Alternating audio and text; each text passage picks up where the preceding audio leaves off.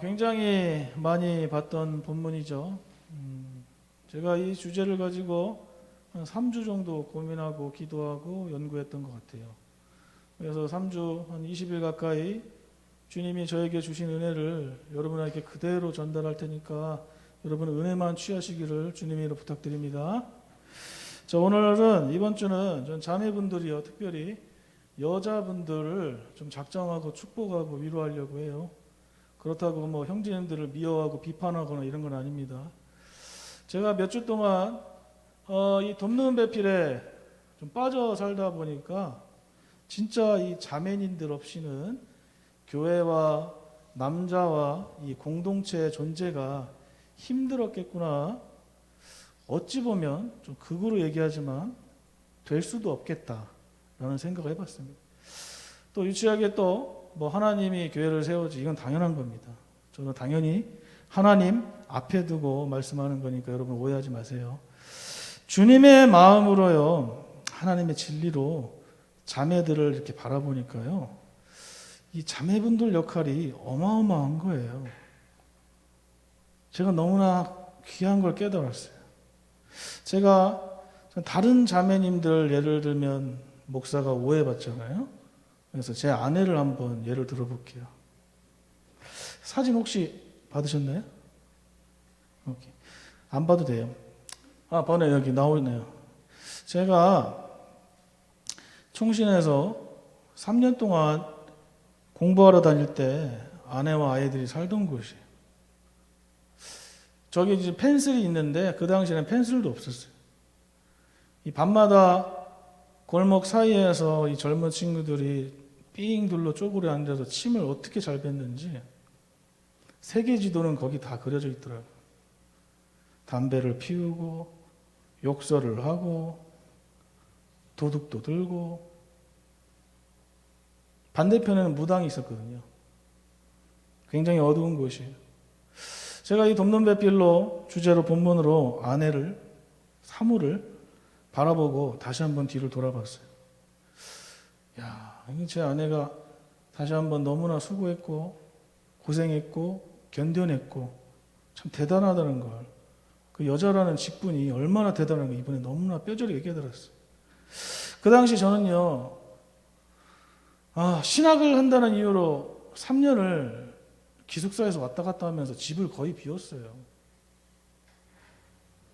그럼 제 사모는 이제 지금은 저렇게 날라다니지만 걸음마 간신히 뛴 다니엘을 끌고 갓 뱃속에서 나온 사무엘을 업고 아무런 도움도 없이 혼자 아이들을 돌보면서 3년을 버티고 견뎌온 것이 오늘 본문을 준비하면서 이제서야 제게 돕는 배필이 적용이 되는 거예요.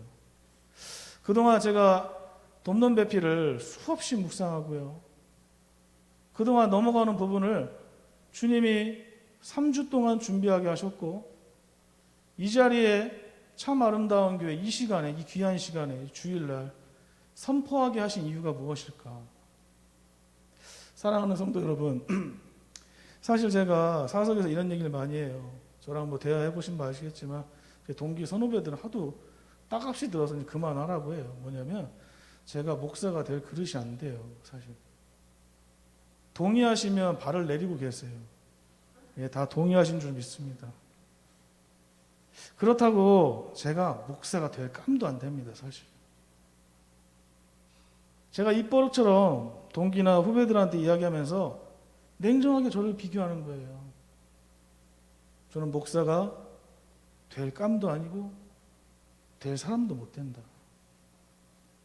존경하시는 우리 성도 여러분, 사람이요, 어디다 투자를 하고 시간을 쓰고 헌신하는 것은 그래도 얻는 것이 있거나 아니면 발전 가능성이 있는 곳에 투자를 하죠. 여러분들 다 그렇게 하시죠? 근데 나중에 남편감을 고를 때도 그렇고 아내를 선택할 때도 그래요. 우리가 사실 조금 아픈 말일 수도 있어요. 저에게도 적용해보니까 굉장히 아프더라고요. 우리가 사실 주님께 예배하는 기쁨 하나만 만족하는 것도 참 대단하고 좋은 건데, 우리는 심으면 거둔다는 진리를 우리가 항상 마음에 품고 있어요. 그래서 이 정도 예배하면, 이 정도 헌신하면, 이 정도 기도하면, 이 정도 헌금하면 주님이 채워주겠지 하고 신앙생활 하잖아요. 저도 그렇게 해요. 그런데요, 저라는 이 박대현이라는 사람을 아무런 가능성이 없고 목사로서요, 그 당시에는 전혀 제가 티끌 만한 희망이 없었습니다. 아무것도 보이지 않는 앞에 이 상황에서 이 박대현이라는 겨자씨만한 눈에 보이지도 않는 믿음을 아내가 보고 기도하면서 풍족하지 못하고 없는 상황의 두려움 속에서도 돕는 배필로서 아내도 하나님이 지은 대로 사명을 감당하고 있더라고요. 그걸 제가 이 본문을 준비하면서 생각하니까 이제는 너무 미안하고 원래 사랑했지만 이번 계기로 더 사랑하게 됐어요. 사랑이 많으신 성도 여러분, 아내와 여자친구분이 없는 분들에게는 심심한 위로를 전해요. 그러나 옆에 있는 지금 내 아내나 지금 여러분에게 알게 모르게 도움을 주고 있는 분들이 지금 한번 주님의 마음으로 진리로 한번 바라보세요. 한번 아내를 그렇게 바라보는 거예요. 얼마나 이 많은 세월을 신앙을 지키고 남편을 돕는 아내를 한번 주님의 마음으로 바라보기를 예수님의 이름으로 축원합니다. 오늘 본문의 핵심은 돕는 배필입니다. 하나님께서 돕는 배필의 필요를 뭐라고 하셨냐면 혼자 사는 것이 좋지 않기 때문이다. 하나님이 말씀하셨어요. 굉장히 흥미로운 겁니다. 남자가 여자를 원한 게 아니라 아담이 여자를 원한 게 아니라 하나님 편에서 먼저 언급하셨다는 거예요. 다시 한번 말씀드리지만 하나님이 하신 거예요. 하나님이 일방적인 마음으로 여자가 지어진 겁니다.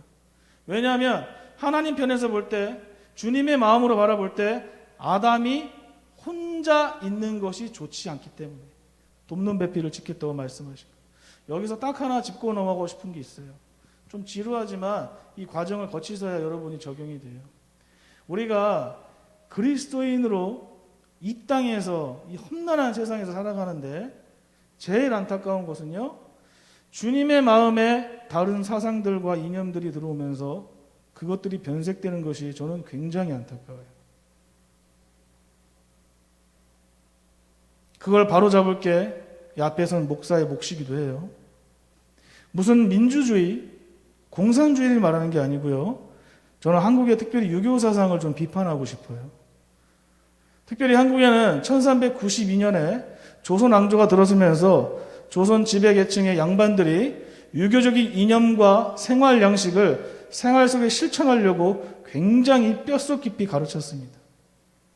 이러한 영향으로 조선 중기까지 계속 오늘날까지 생활뿐만 아니라 유교적 가치관이 중고등학교 시간에, 수업 시간에 배울 만큼 들어와 있어요. 여러분들 제가 지금 얘기하면 다 아실 거예요. 삼강오륜, 조상 숭배 사상, 남녀 유별, 장유유서 너무 많이 들어봤죠? 이게 유교 사상입니다. 이것들이 교회 안에 들어왔어요. 추도 예배라는 죽은 사람을 위해서 예배한다는 조상 숭배 사상. 이것도 역시 한국에 들어와서 주님의 마음과 주님의 섭리와 진리와는 전혀 다른 예배의 방향이고요. 왜냐하면 예배는 하나님께서 받으실 만한, 하나님이 주인공, 주님께 하는 거지 죽은 사람을 위로한다고 하나님을 골라 쓸 수 없어요. 절대 안 됩니다. 오늘은 이것보다 남녀 유별을 좀 비판하고 싶어요. 남자와 여자를 분별한다. 이건 좋아요. 여기까지 의미는 좋은데 유교 사상은 그런 걸 얘기하는 거 아닙니다. 유교 사상에선 남자는 하늘, 여자는 땅, 이런 식으로 분별해서 남자는 많은 것을 허용하고 여자는 그 밑에 보는 사상은 유교 사상. 거기서 말하는 남녀 유별입니다. 제가 제일 안타까운 것은요, 이것이 오늘날 교회 안까지 들어와서 성경에는 남자는 여자보다 더 큰 역할을 하고 남자 이런 유교적 사상이 교회에서 가르쳐지고 전해진다는 게 이제는 목사로서 볼 수가 없어요. 제가 돕는 배필을 연구하고 기도하면서 너무나 잘못됐다는 걸 주님이 마음을 너무 많이 주셨어요. 이제서야 깨달아요. 남자는 또 이 공동체는요, 여러분 가정도 그렇고요, 이 온 세계는 자매분들이 아니었으면 좀 불가능했습니다. 그렇다면 왜 하나님은 왜 남자가 아니면 사람이 혼자 있는 것이 좋지 않다고 말씀하셨을까요? 여러분 너무나 잘 아는 거예요. 하나님은 한 분이시지만 삼위일체, 성부, 성자, 성령으로 계시기 때문에 우리가 혼자 있는 걸, 혼자 사는 걸 좋지 않으세요. 이 연합 안에서 삼위 하나님은 서로를 사랑하시고 그 연합 안에서 완전한 기쁨을 누리시는 거예요. 이런 삼위의 하나님이, 성부, 성자, 성령의 하나님이 아담을 보니까 어떻게 했어요? 당연히 독초하는 것이 좋아 보이지 않은 거예요. 그래서 하나님은 혼자 있는 아담의 모습을 보시고 딱 부러지게 싫어하셨어요. 좋지 않다고 말씀해요. 그때 하나님이 선택하신 게 뭐냐? 바로 여러분 자매님들. 아담을 도와주고 섬기고 격려해 줄 수 있는 유일한 히든카드, 우리 자매분, 여성분. 그냥 시간이 지나가니까 창조하다 보니까 시간 없으니까 공간을 채우려고 그렇게 창조된 게 아닙니다. 히브리어로 에제르네게드라고 해요. 나오나요? 저기 나오네. 오늘 본문의 제목이기도 해요. 저는 돕는 배필이 그동안 제가 신학을 허투루 했나 봐요. 잘못 알았어요. 하나님의 뜻을 깊이 연구하다 보니까 너무나 잘못 알았어요. 자, 저 에제르라는 말은 돕는 말인데 저게 성경에 수천 개 나와요. 근데 에제르라는 단어는 하나님 앞에서만 써 있어요. 시편의 다윗이 여호와 하나님께서 나를 도우신다, 하나님께서 나를 도우신다, 전능하신 하나님께서 나를 도우신다 할 때 그 단어예요. 딱 11번 나와요. 시편. 자, 우리는 그동안 자매분들이 사이드에서 아니면 뒤에서 감히 어디 여자가 구약에서는 일부 다처제 이런 식으로 얘기하면서 신약이 오면 감사한 줄 알라고 이런 식으로 많이 얘기하죠. 농담식으로. 그런데 하나님이 말씀하신 돕는 배필의 진리의 뜻은요, 에제르, 아담을 마주하고 아담을 정면에서 아담을 앞에서 이끄는 도움이에요, 여러분. 수직 관계가 아니라 수평 관계로 혹은 앞에서 이끄는, 여자를 앞에서 대면해서 이끄는 남자들에게, 그리고 공동체에게, 연합을 위해서 여러분 자매분들을 하나님이 그렇게 지으셨답니다. 이렇게 삼위 하나님께서 돕는 배필을, 자매님들을, 여성분들을 통해서 우리가 하나님처럼 온전한 연합을, 기쁨을 누리기를 원하기를 자매분들을 원하신다는 거예요. 오늘 예배당에 앉아 계신 자매분들, 특별히 하나님의 특별한 사랑으로 여러분 이 자리에 이끄신 줄 믿어요. 그렇다면 우리가 두 가지만 나눠서 보자고요. 딱 주님이 두 가지 마음을 주셨어요. 우리가 어떻게 회복하고 우리 교회에 적용할 수 있을까? 첫 번째로 참 아름다운 교회의 연합의 기쁨을 누리기 위해서는 결핍이 필요합니다. 우리는 항상 채우기를 원했지만 진리는 우리의 결핍을 원하세요, 하나님이. 자, 주님을 사랑하는 성도 여러분, 하나님께서 돕는 배필을 짓겠다 말씀하시고 바로 다이렉트로 아담과 만나게 하지 않으셨어요, 그죠? 18절을 잘 보면 히브리어로 아싸라 그래요. 영어로는 I will, 뭐냐면 할 것이다. 돕는 배필을 바로 지은 게 아니라 나 돕는 배필을 지을 거야, 지으리라, 이렇게 말씀하셔요. 앞으로 내가 지을 것이다, 이렇게 예언한 거예요. 아직 돕는 배필을 지어주지 않고 그 대신 흙으로 짐승과 들짐승들에게 아담이 어떻게 이름을 짓는지 관찰하고 하셨죠. 여기서 주목할 만한 건 20절 말씀이 뭐냐면 아담이 돕는 배필이 없음으로가 이 만남의 결과예요. 동물들에게 생물들에게 이름을 주는 것을 관찰하고 그 과정을 통해서 아담의 결핍, 돕는 배필이 없다는 걸 깨닫게 하십니다. 바로 아담의 결핍입니다. 아담은 바로 이 결핍을 통해서 자신과 연합할 존재가 없다는 걸 깨닫게 됩니다.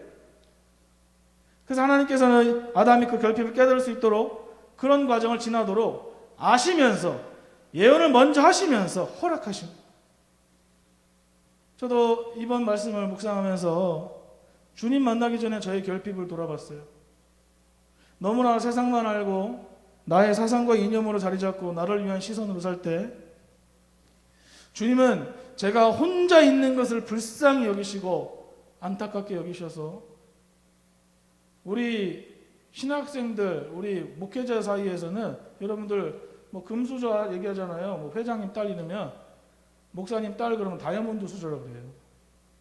다이아몬드 수저 목사님 따님을 결핍 투성인 저에게 주셔서 아내를 통해 세움받고 아내를 통해 위로받고 아내를 통해 치유받아서 제가 오늘날까지 기쁨이 넘치는 목사길까지 오게 된 거예요. 저는 이거에 대해서 하나도 부정할 수가 없어요. 하나님의 섭리고 진리였으니까요. 아내가 아니었으면, 여자란 직분이 아니었으면, 사모가 아니었으면 좀 불가능했어요. 그래서 제가 그전부터는 좀 그랬지만 특별히 지금도 제 이름 뒤에 목사라는 이름 붙이면 너무 소름이 돋아요. 그래서 목사 안수 받은 이후에 제가 변한 게 한 가지가 있어요. 목사는 설교로 은혜를 끼쳐야 된다는 걸 너무나 잘 알아요. 근데 제 첫 번째 끼쳐야 될 대상이 있어요. 그게 바로 아내예요. 제 설교를 통해서 아내에게 은혜를 끼치는 거예요. 잘 들으셔야 돼요.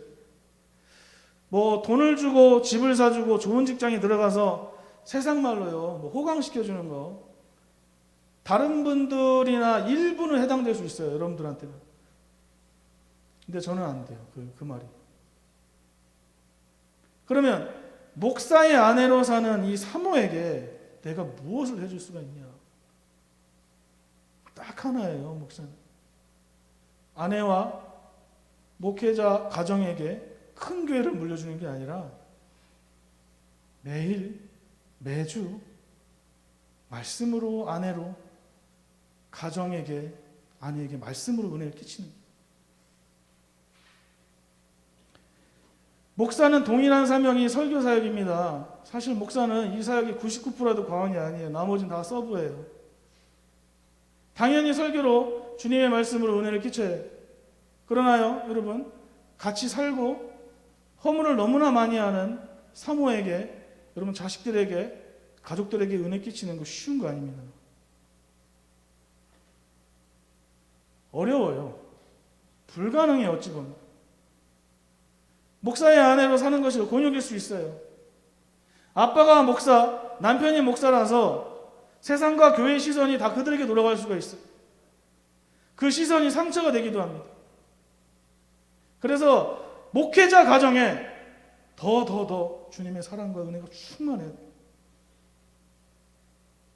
그렇다고 해서 무책임하게 요즘 유튜브 잘 나오니까 유명한 설교자 따로 들으라고 할 수는 없잖아요.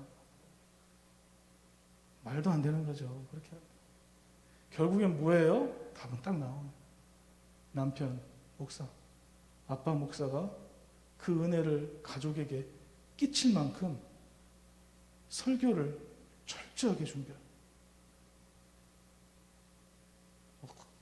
극한은 이게 목숨 걸고 줍니다.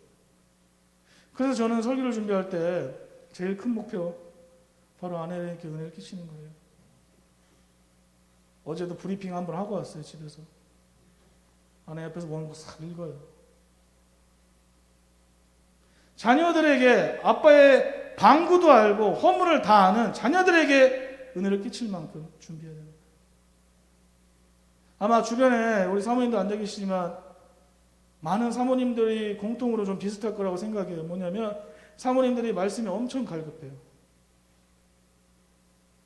우리나라의 CTS, CBS 돌려보면서 내놓으라는 설교자들 달고 사시는 분들이요. 기도도 마찬가지겠죠.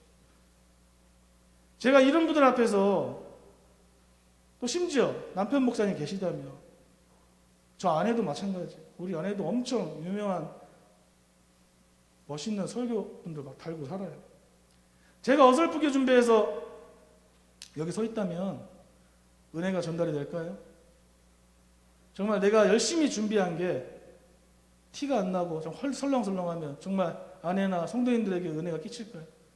절대 안 돼요. 다행이에요. 아직까지는 제가 변색되지 않고 무식하게 하고 있어요. 다행히 주님의 마음에 우리 아내에게 하나님이 주셔서 너무나 감사한 게 너무나 부족한 깜도 안 되는 남편 목사의 설교를 듣고 아내에게 은혜가 임하고 있어요. 이렇게요, 제 스스로의 결핍을 아내가 채워주고 가정의 결핍을 말씀으로 남편이 채우는, 여러분, 결핍은 우리에게 반드시 필요한 필수 요소. 이렇게 연합의 기쁨을 회복하기 위해서 반드시 거쳐야 될 게 여러분 결핍이에요. 혹시나 지금 각자 위치에서 결핍의 시간을 나름대로 지나고 있는 분이 있을지 모르겠어요. 주님이 준비하시면서 이런 질문을 하게 하셨어요. 있을 거라고. 세상을 어디를 둘러봐도 나의 결핍, 외로움, 질병, 그 따가운 시선을 달래줄 아직 대상을 찾지 못해서 갈급해하는 분들이 혹시 이 자리에 있는지 모르겠습니다. 그러나 여러분, 제가 할 수 있는 말은요, 진리의 뜻은 하나님은 연합의 기쁨을 깨닫게 하시기 위해서 여러분의 지금 그의 결핍을 하나님이 허락하십니다. 그런데 한 가지 분명한 건 사실은요, 이 세상의 어떤 생물과 물질적 가치도 우리의 온전한 연합이 될 수 없고 오직 주 안에서 만난 자녀들끼리. 여러분의 아내, 여러분의 모건들, 그분들과 연합해야 여러분의 결핍이 사라져요. 오직 하나님이 이끄시는 이 만남 안에서만 연합의 기쁨을 회복할 수 있습니다. 특별히 교회 안에 많은 자매님들, 지금까지 너무나 많은 결핍들을 채우느라고 감사해요. 고생하셨어요. 근데 한 가지 더 부탁드립니다. 주변에 아직도 많은 결핍자들이 있어요.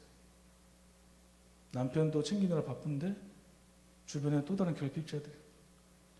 여러분, 오늘 이 시간 혹시나 내가 놓치고 있는 결핍자들이 있다면 자매분들의 기도와 관심이 더 필요합니다. 그들을 생각하시면서 한 번 더 관심 가져주시기를 주님의 이름으로 부탁드릴게요. 두 번째로, 연합을 기쁨을 회복하는 두 번째 원리는 희생이에요. 그동안 이제 지금까지는 여자분들 얘기했다고 나름대로 남자분들이 조금 상심해서 이제부터 아담 이야기를 해볼게요. 오늘 참석하신 아담분들 잘 들으세요. 하나님께서 아담에게 돕는 배필이 없는 것을 보시고 돕는 배필을 지으세요. 그런데 그 과정에서 아담을 깊이 잠들게 합니다.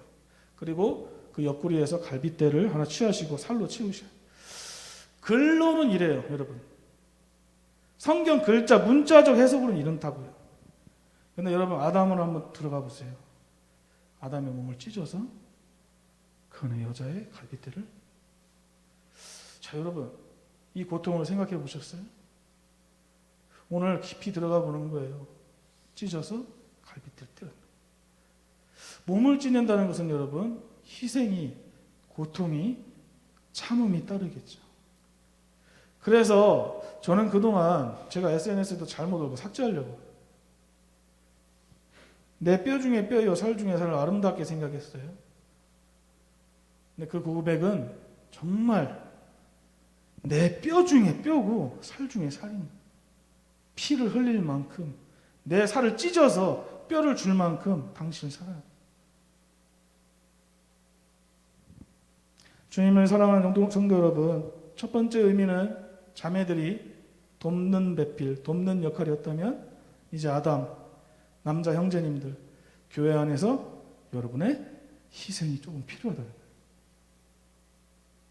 우리 장로님, 안수 집사님, 남자 서리 집사님들, 우리 남자 청년분들, 지금까지 너무 많이 애쓴 거 저 같은 부족한 사람이 봐도 알겠어요.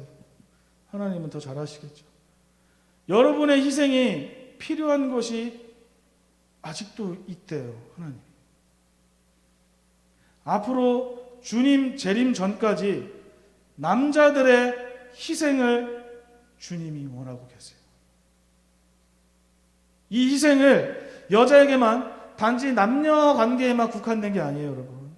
이미 결혼한 사람, 독신의 은사, 인생이 더 결혼이 없는 사람 전부 다 포함하는 거예요. 에베소서 5장 25절 말씀 한 구절만 찾아볼까요? PPT 말고요. 성경 찾아볼게요. 자, 에베소서 5장 25절 한번 찾아볼게요.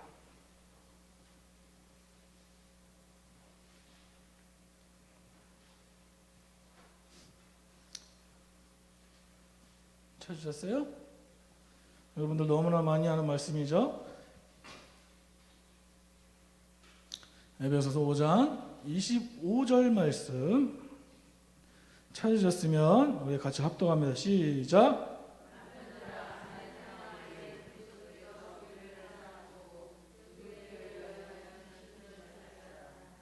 부부주의에 대해 참 많이 나왔던 말이죠. 그죠? 서로 사랑하고 서로 복종하는 관계가 부부 관계이면서 그리스도인들이 교회와 세상 가운데 보여주어야 할 삶의 모습이라는 거예요. 부부 관계에만 극한된 게 아니라 교인으로서, 신앙인으로서 우리가 세상에 보여줘요.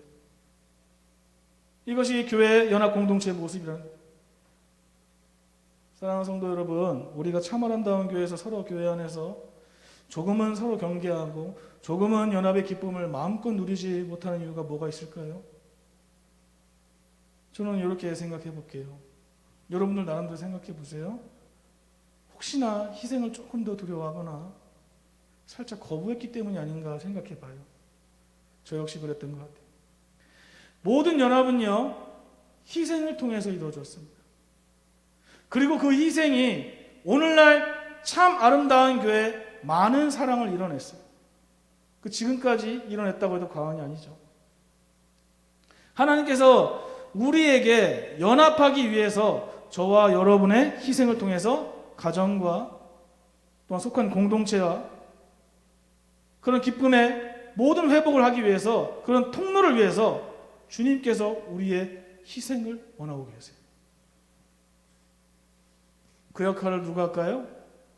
바로 여러분과 제가, 특별히 형제님들이 오늘 결단해서 감당하기를 주의 이름 축원합니다. 우리가 서로 아낌없이 사랑하고 희생하는 모습, 복종하는 모습이 세상의 사람들, 세상에 또 여러분들이 보여줘야 되는 교회의 모습이 아닐까 저는 생각해 봐요. 이렇게 아담과 하와의 연합은요, 아담의 옆구리를 찢는 희생으로부터 비롯된 거예요. 이게 어디까지 연결될까요? 바로 옆구리 창에 찔리신 예수 그리스도, 교회를 위하여 창에 찔리신 예수 그리스도까지 연결되는 거예요. 그리고 그 희생이 진짜 사랑이고요, 그 진짜 사랑을 가지고 우리가 교회 안에서 공동체에서 연합하면 우리 교회 안에서 또 여러 가정에서 일터에서 아무리 악한 상황이라고 해도 기쁨을 누릴 수가 있는 거예요. 왜냐하면 우리가 이 희생을 하니까. 너무나 많이 사랑하는 성도 여러분, 우리가 먼저 예수님의 희생 안에 주님과 먼저 연합해야 될 줄 믿어요. 자, 오늘 한번 마음으로 보든 한번 세게 돌아보든 앞을 옆을 한번 보세요. 쫙 한번 보세요. 저는 다 보여요. 그래서 여기 은혜가 커요. 그동안 생일 하는 이렇게만 했고 한번 쫙 보는 거예요. 참 아름다운 교회를 위해서 희생한 분들을 한 분 한 분 기억하셨으면 좋겠어요. 우리 사모님들, 장로님, 안수 집사님, 집사님들, 우리 청년분들, 소천하신 분들도 좀 기억하시고, 우리 교회를 위해서 희생하신 분들, 여기에 계신 모든 분들이 주님 앞으로 이끌기 위해 수년, 수십 년 갈빗대를 찢어 빼는 희생으로 또한 돕는 자로 살아오셨어요. 오늘까지. 우리가 오늘 이것을 잊지 말자고요. 이 결핍과 이 희생을 통해 주님의 연합을 이루어가는 여러분이 계속해서 조금만 더 수고해 주시기를 주님의 이름으로 부탁드립니다. 말씀 맺을게요. 삼위의 하나님은 우리의 존재가 하나님이라는 성부, 성자, 성령 이름 안에 연합 안에서 우리가 기쁨을 누리길 누구보다 하나님이 원하십니다. 결혼 안 한다고가 문제가 아니라 혼자 있는 것도 같은 연합을 위해 주님의 섭리 안에 있습니다. 사실 혼자 거하는 목적도 연합 때문이라는 걸 기억하시길 부탁드릴게요. 그래서 우리가 기억할 것은 우리는 온전한 연합 안에서만 기쁨과 회복을 누릴 수가 있습니다. 그래서 연합을 위해서 반드시 기억해야 될 게 두 가지가 있다고 그랬죠? 결핍이에요. 결핍은 세상이 주는 가치가 아니라고 했어요. 두 번째로 우리가 온전한 연합을 하기 위해서는 희생을 기억해요. 예수님의 희생을 기억하면서 먼저 주님과 연합해서 사모해야 돼요. 그리고 주님의 희생이 우리 안에서 온전한 사랑과 연합을 주셨음을 기억하면서 오늘 여러분이 결단하면서 찬양하면서 기도했으면 좋겠어요. 제가 부족한 종이요. 마지막으로 좀 소망 하나 하는 건요. 혹시나 여러분 안에 이 허무한 것들로 영적 갈증을 해결하시는 분들이 있을지 모르겠어요. 나의 답답함과 나의 억울함과 악함을 주님을 앞세워서 해결하실 분들이 혹시나 있을지 모르겠습니다. 그거는 제가 목사로서 얘기하는 무지한 거예요, 여러분.